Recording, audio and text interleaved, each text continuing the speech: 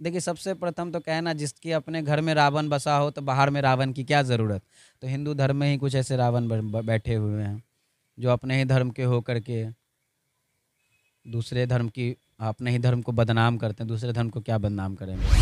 धर्म है और धर्म हिंदू सनातन धर्म है।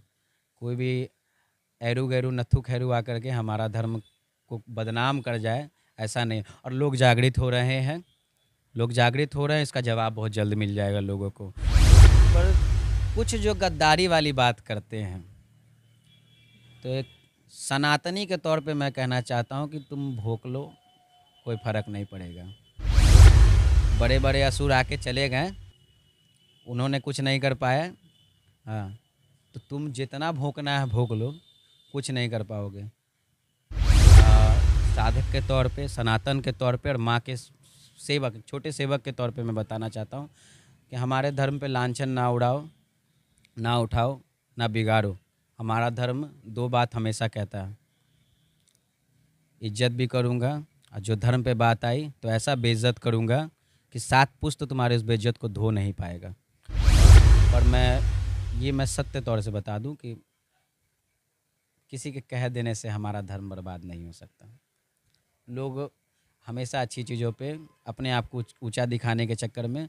और मैं आपको एक बात बोलूं, मैं आपको बता देना चाहता हूं, मैं अपनी पर्सनल बात मैं आपको बताना चाहता हूं। हमारे ये मंदिर है ना, मंदिर के उस प्रति पूरे मुसलमान इलाका है और आसपास में भी मुसलमान है, हर प्रकार के कास्ट के लोग रहते हैं। बगल में क्रिश्चियन लोग भी रहते हैं, पंजाबी लोग भी हैं, ज़्यादा दूर नहीं है, आप तो इसी शहर के, आप जानते हैं।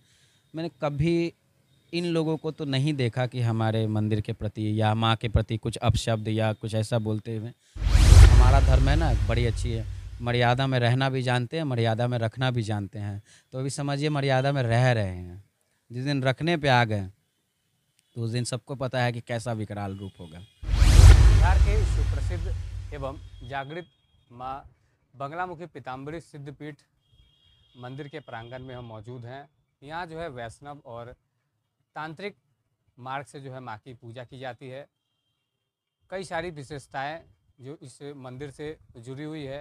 पूरे मामले को लेकर बातचीत करने के लिए हमारे साथ मंदिर के पीठाधीश्वर महंत देवराज जी हैं, इनसे बातचीत करेंगे और जानेंगे। सबसे पहले गुरुदेव, आपका स्वागत है और हमारे तरफ से प्रणाम। और सबसे पहला सवाल ये रहेगा कि माँ बंगलामुखी यहाँ किस रूप में विराजमान है? जय माँ बगलामुखी। सभी भक्तों को माँ की ढेर सारी शुभकामनाएं, आशीर्वाद सभी पे बना रहे माँ का। माँ का स्वरूप यहाँ बहुत ही अलौकिक रूप में माँ यहाँ विराजमान है। माँ यहाँ 10 भुजा में विराजमान है, जो कि 10 महाविद्या का प्रतीक है।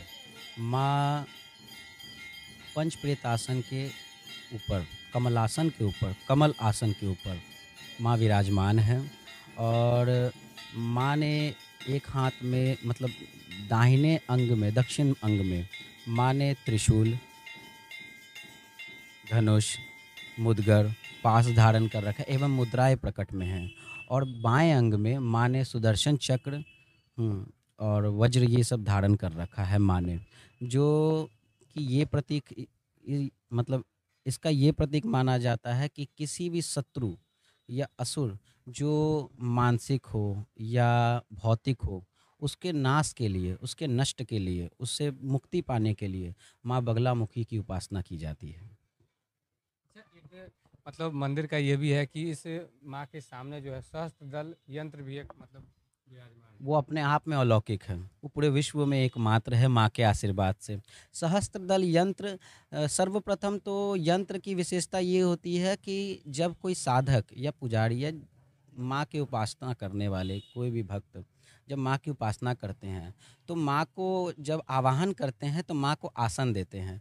तो यंत्र की पहली विशेषता ये है कि यंत्र माँ का आसन है। और जब माँ को आवाहन किया जाता है, तो उस आवाहन के बाद जब माँ आती हैं आपके आवाहन से, तो वो जो यंत्र होता है वो माँ का शरीर और घर हो जाता है। ठीक। तो जो सहस्त्र दल यंत्र है वो माँ का घर है, स्वयं माँ उस रूप में विराजमान है।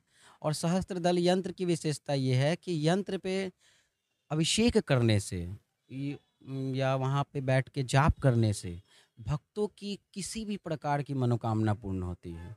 समस्त ब्रह्मांड में मांगी गई किसी भी प्रकार की मनोकामना जो सच्ची भावना से, जो अ, सात्विक पद्धति से मांगी गई हो, जो ब्रह्मचार्य पद्धति से मांगी गई मनोकामना, जो मनुष्य की सारी मनोकामना को माँ पूर्ण करती हैं। अच्छा गुरुदेव, माँ का प्रिय प्रसाद क्या है? माँ का माँ बगलामुखी का प्रिय प्रसाद तो दही हल्दी का प्याली है। जो भक्त अपनी मनोकामना पूर्ण करने हेतु, माँ को प्रसन्न करने हेतु माँ को अर्पित करते हैं, चढ़ाते हैं। और उसके साथ ही माँ को पंचमेवा बहुत प्रिय है। माँ का प्रिय पुष्प पीला कलर का है, जो अड़हुल का कनेर का फूल है। माँ को लाल पुष्प भी बहुत प्रिय है। माँ को पीले रंग का किसी भी प्रकार का प्रसाद, जैसे खीर हो गया, माँ को बहुत प्रिय है। हाँ, लड्डू हो गया, पीला प्रसाद माँ को बहुत प्रिय है। ऐसे सभी प्रकार के प्रसाद माँ को अर्पित होते हैं, पर माँ को प्रिय अगर माना जाए तो पीला कलर का पीले प्रसाद माँ को बहुत प्रिय है। अच्छा, माँ बंगलामुखी के साथ-साथ यहाँ जो है माँ त्रिपुर सुंदरी और माँ तारा भी विराजमान है। माँ यहाँ की एक विशेषता ये भी है कि माँ यहाँ सात्विक, राजसी एवं तामसी स्वरूप, तीनों स्वरूप में माँ यहाँ विराजमान है। इसका अर्थ आप ऐसे समझ जाइए कि माँ के समक्ष जो सामने एक सहस्त्रदल यंत्र है, और माँ के दाएं अंग की दिशा में विद्या यंत्र, श्री विद्या यंत्र है, और बाएं अंग के दिशा में श्री महाविद्या यंत्र है, जो अपने आप में अलौकिक है। विश्व में एकमात्र यही है जो त्रिगुणात्मक शक्ति को जोड़ता है। ब्रह्मा विष्णु महेश त्रिकाल, जो महाकाली, महालक्ष्मी एवं महासरस्वती का भी स्वरूप माना जाता है। और इस पे साधना करने से मनुष्य अगर एक मंत्र की भी साधना करता है, एक मंत्र का भी जाप करता है, तो वो लाखों संख्या, असंख्य संख्या के बराबर का जाप माना जाता है। और ये अपने आप में माँ का आशीर्वाद है, जो माँ यहाँ के स्वरूप में विराजमान है, इस स्वरूप में। अच्छा गुरुदेव, एक सवाल ये भी रहेगा कि यहाँ जो है किस किस रूप में पूजा की जाती है, क्योंकि मान्यता ये है कि यहाँ वैष्णव और तांत्रिक के माध्यम से भी यहाँ माँ को वाम मार्ग एवं दक्षिण मार्ग से पूजा की जाती है। यहाँ माँ को वैष्णव मार्ग, तंत्र मार्ग एवं अघोर मार्ग से भी माँ को यहाँ भोग चढ़ाया जाता है, जो कि दुर्लभ है और हर जगह ऐसा नहीं देखा जाता। पर यहाँ माँ के आशीर्वाद से ये क्रियाएं होती हैं, और इस पे ज़्यादा हम कहेंगे नहीं, क्योंकि गोपनीय है ये क्रियाएं। क्योंकि माँ बगलामुखी की जो भी साधना होती है वो गोपनीय ज़्यादा मानी जाती हैं, उनको ज़्यादा व्याख्या नहीं किया जाता, अति गुप्त रखा जाता है। इसलिए इस पे मैं ज़्यादा कहूँगा नहीं। पर हाँ, ये एक ऐसी साधना यहाँ होती है जिसके लिए लोग दूर-दूर से आते हैं।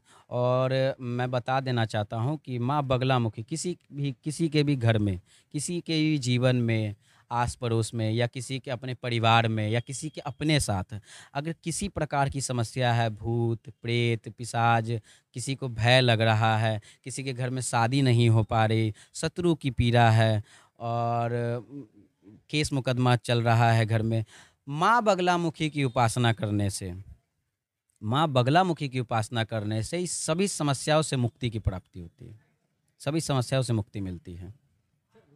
सवाल ये रहेगा थोड़ा, मतलब जैसे बिहार के संभवतः आप युवा महंत हैं, मतलब जैसे अभी जितने भी युवा होते हैं उनका मतलब तरह तरह का मतलब स्वप्न होता है कि हमको ये बनना है, लेकिन आप इस मार्ग में मतलब कैसे आए? हाँ, देखिए मैं सभी युवाओं का आदर करता हूँ, और बहुत ऐसे युवा हैं जो अच्छे राह पर भी हैं, देश का नाम रोशन कर रहे हैं, तरक्की कर रहे हैं, और माँ के आशीर्वाद से सदैव तरक्की करें। मेरे पिता माँ बगलामुखी के बहुत बड़े उपासक थे, और यहाँ के प्रथम पीठाधीश्वर थे। तो उन्होंने मुझे ये मार्गदर्शन कराया, और मेरे गुरुदेव जो आचार्य कवि पाठक हैं, उन्होंने मुझे इस मार्ग को दिखाया कि आपको माँ का सेवा करना चाहिए। और मुझे भी शुरू से ये था, मैं भी शुरू में आम जीवन ही जीता था, दोस्तों यार के साथ घूमना। पर ये कहते हैं ना, कभी जीवन में एक ऐसा चमत्कार हो जाता है कि आप सब छोड़ के माँ के शरण में आ जाते हैं। तो मैं सीधा-सीधे कहना चाहूँगा कि वो घर का बदमाश बच्चा नहीं होता जिसको गार्जियन अपने पास रख लेते हैं, माँ-बाप अपने पास, कि तुम मेरे साथ रहो, साथ में सामने रहोगे तो ज़्यादा बदमाशी नहीं करोगे। तो मैं बड़ा बदमाश बच्चा था। तो माँ ने मुझे अपने चरण के पास रख लिया कि बदमाशी मेरे साथ रहेगा तो बदमाशी नहीं करेगा। हाँ, तो बस यही बात है। और जीवन में क्या पुण्य किया मैंने, मैं ये नहीं जानता, और क्या मेरे पूर्व जन्म में पुण्य है, पर माँ के चरण में मुझे जगह मिली, इससे बड़ा कोई सौभाग्य ही नहीं हो सकता। अच्छा गुरुदेव, आप युवा महंत हैं, और जिस जिस तरह पहले रहते थे और अभी जिस तरह से आप मतलब महंत हैं, क्या समानता है? समानताएँ समानताएँ तो है कि हम ही हैं। यही समानताएँ हैं कि मैं ही हूँ। पहले भी मैं ही था, अभी भी मैं हूँ। देखिए जीवन में हर एक चीज़ आवश्यक है।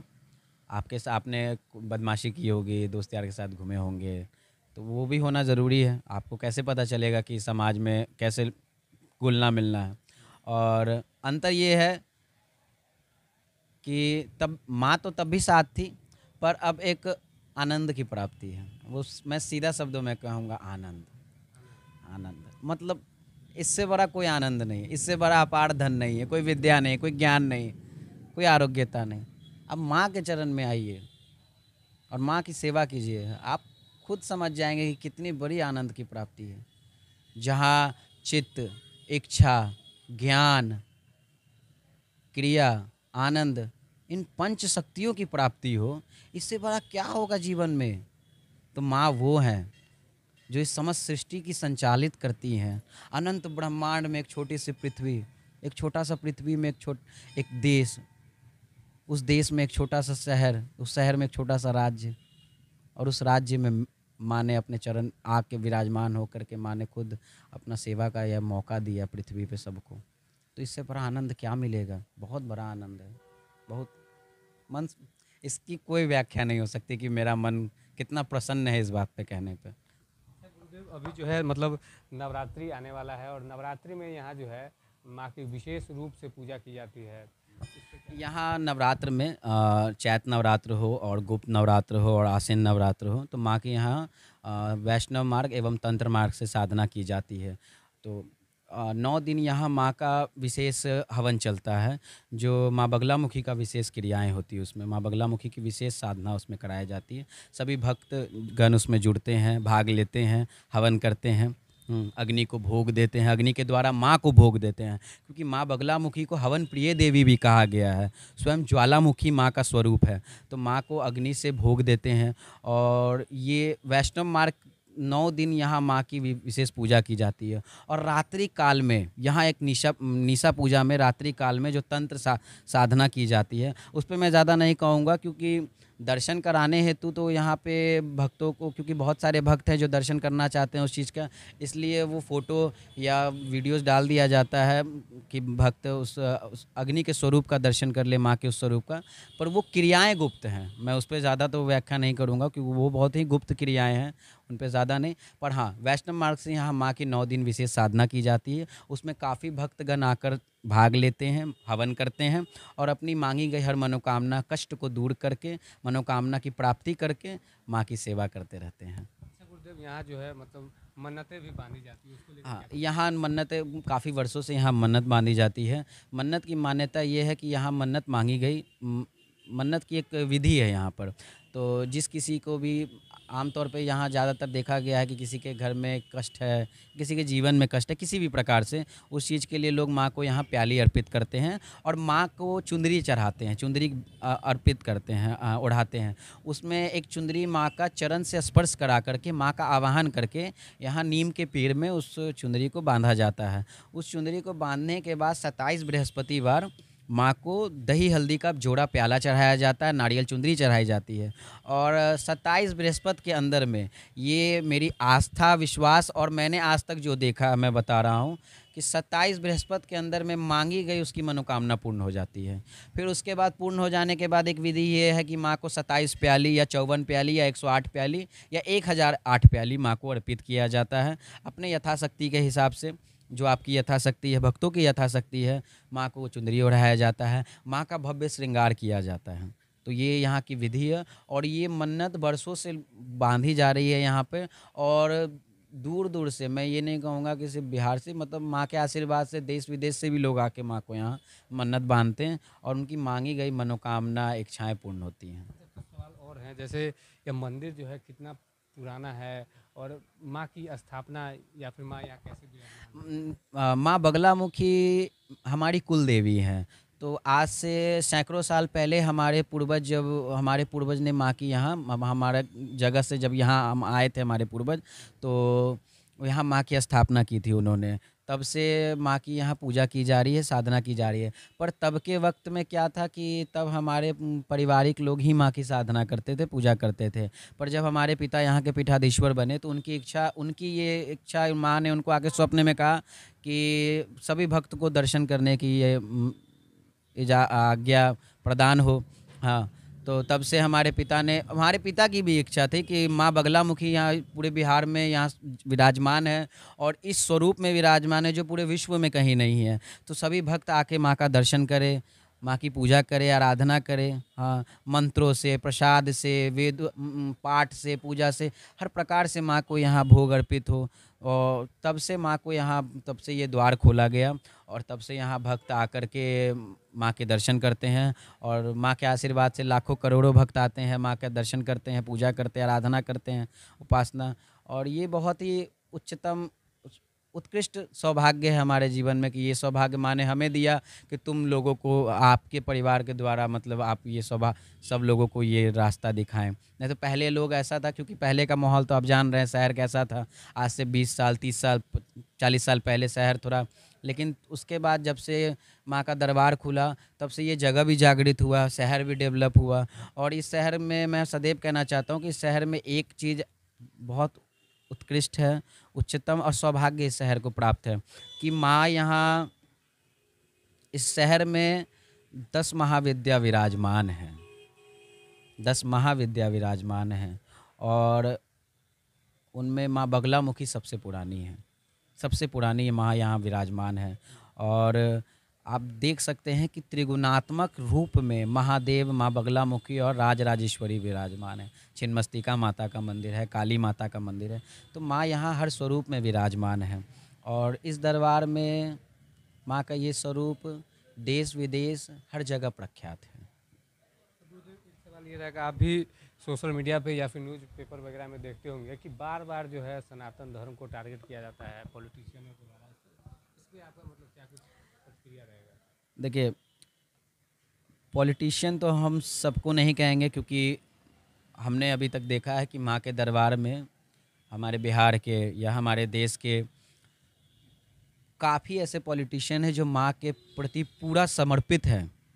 वो न्यूज़ मीडिया में जो कहते हैं मैं उस पर ज़्यादा नहीं बोलूँगा, लेकिन माँ के प्रति पूरा समर्पित हैं हर एक प्रकार से। हाँ, पर कुछ जो गद्दारी वाली बात करते हैं, तो एक सनातनी के तौर पे मैं कहना चाहता हूँ कि तुम भोंक लो, कोई फ़र्क नहीं पड़ेगा। बड़े बड़े असुर आके चले गए, उन्होंने कुछ नहीं कर पाए। हाँ, तो तुम जितना भोंकना है भोंक लो, कुछ नहीं कर पाओगे। ये धर्म है और धर्म हिंदू सनातन धर्म है। कोई भी एरू गैरू नत्थु खैरू आकर के हमारा धर्म को बदनाम कर जाए, ऐसा नहीं। और लोग जागृत हो रहे हैं, लोग जागृत हो रहे हैं, इसका जवाब बहुत जल्द मिल जाएगा लोगों को। साधक के तौर पे, सनातन के तौर पे और माँ के सेवक, छोटे सेवक के तौर पे मैं बताना चाहता हूँ कि हमारे धर्म पे लांछन ना उड़ाओ, ना उठाओ, ना बिगाड़ो। हमारा धर्म 2 बात हमेशा कहता है, इज्जत भी करूँगा और जो धर्म पे बात आई तो ऐसा बेइज्जत करूँगा कि 7 पुश्त तुम्हारे उस बेइज्जत को धो नहीं पाएगा। और पर मैं सत्य तौर से बता दूं कि किसी के कह देने से हमारा धर्म बर्बाद नहीं हो सकता। लोग हमेशा अच्छी चीज़ों पे अपने आप को ऊंचा दिखाने के चक्कर में। और मैं आपको एक बात बोलूँ, मैं आपको बता देना चाहता हूँ, मैं अपनी पर्सनल बात मैं आपको बताना चाहता हूँ। हमारे ये मंदिर है ना, मंदिर के उस प्रति पूरे मुसलमान इलाका है और आसपास में भी मुसलमान है, हर प्रकार के कास्ट के लोग रहते हैं। बगल में क्रिश्चियन लोग भी रहते हैं, पंजाबी लोग भी हैं, ज़्यादा दूर नहीं है, आप तो इसी शहर के, आप जानते हैं। मैंने कभी इन लोगों को तो नहीं देखा कि हमारे मंदिर के प्रति या माँ के प्रति कुछ अपशब्द या कुछ ऐसा बोलते हुए। पर होते हैं कुछ लोग जो देखिए, सबसे प्रथम तो कहना, जिसके अपने घर में रावण बसा हो तो बाहर में रावण की क्या ज़रूरत। तो हिंदू धर्म में ही कुछ ऐसे रावण बैठे हुए हैं जो अपने ही धर्म के होकर के दूसरे धर्म की, अपने ही धर्म को बदनाम करते हैं। दूसरे धर्म को क्या बदनाम करेंगे, इतनी हिम्मत ही नहीं है कि दूसरे धर्म को बोल सके। हमारा धर्म है ना, बड़ी अच्छी है, मर्यादा में रहना भी जानते हैं, मर्यादा में रखना भी जानते हैं। तो अभी समझिए मर्यादा में रह रहे हैं, जिस दिन रखने पे आ गए तो उस दिन सबको पता है कि कैसा विकराल रूप होगा। पर आप चिंता नहीं कीजिए, ये तंत्र पीठ है और माँ बगला का दरबार है। और इस दरबार में न हम किसी के धर्म पे लांछन उड़ाते हैं और न कोई हमारे धर्म पे लांछन उड़ा सकता है। अगर किसी ने हमारे धर्म पे लांछन उड़ाया तो उसके बाद उसको जो करना है कर ले, वो बचेगा नहीं। उसकी जो गति होगी उसके बाद वो वही देखेगा, खुद देखेगा वो गति को। इसलिए हमारे धर्म पे लांछन ना ही उड़ाए तो कोई। और आप लोग इस चीज़ पे चिंता ही नहीं कीजिए, भुगतने वाला भुगते रहता है। हमारे साथ थे, जुड़ने के लिए इनका बहुत बहुत धन्यवाद। आपको बताते चले कि अभी जो है हम माँ बंगलामुखी पीताम्बरी सिद्धपीठ मंदिर के प्रांगण में हैं और हमारे साथ मंदिर के पीठाधीश्वर महंत देवराज महाराज जी थे और कई सारी बातें इनसे हुई है। बने रहिए आप हमारे साथ, देखते रहिए मुजफ्फरपुर। सुप्रसिद्ध बिहारी मोमोज अब पटना के बाद अपने शहर मुजफ्फरपुर में, जहां मात्र 39 रुपए से आप ले सकते हैं लजीज मोमोज का लुत्फ। यहां आपको मिलेगा अफगानी मोमोज, चिल्ली मोमोज, चिकन मोमोज, कुरकुरे मोमोज, साथ ही साथ बर्गर, रोल, चिल्ली आदि। हमारा पता है city life mall, ICICI bank के सामने, क्लब रोड, मुजफ्फरपुर। ग्राहकों को 250 से ज्यादा के ऑर्डर पर 3 किलोमीटर रेंज में फ्री होम डिलीवरी की भी सुविधा है।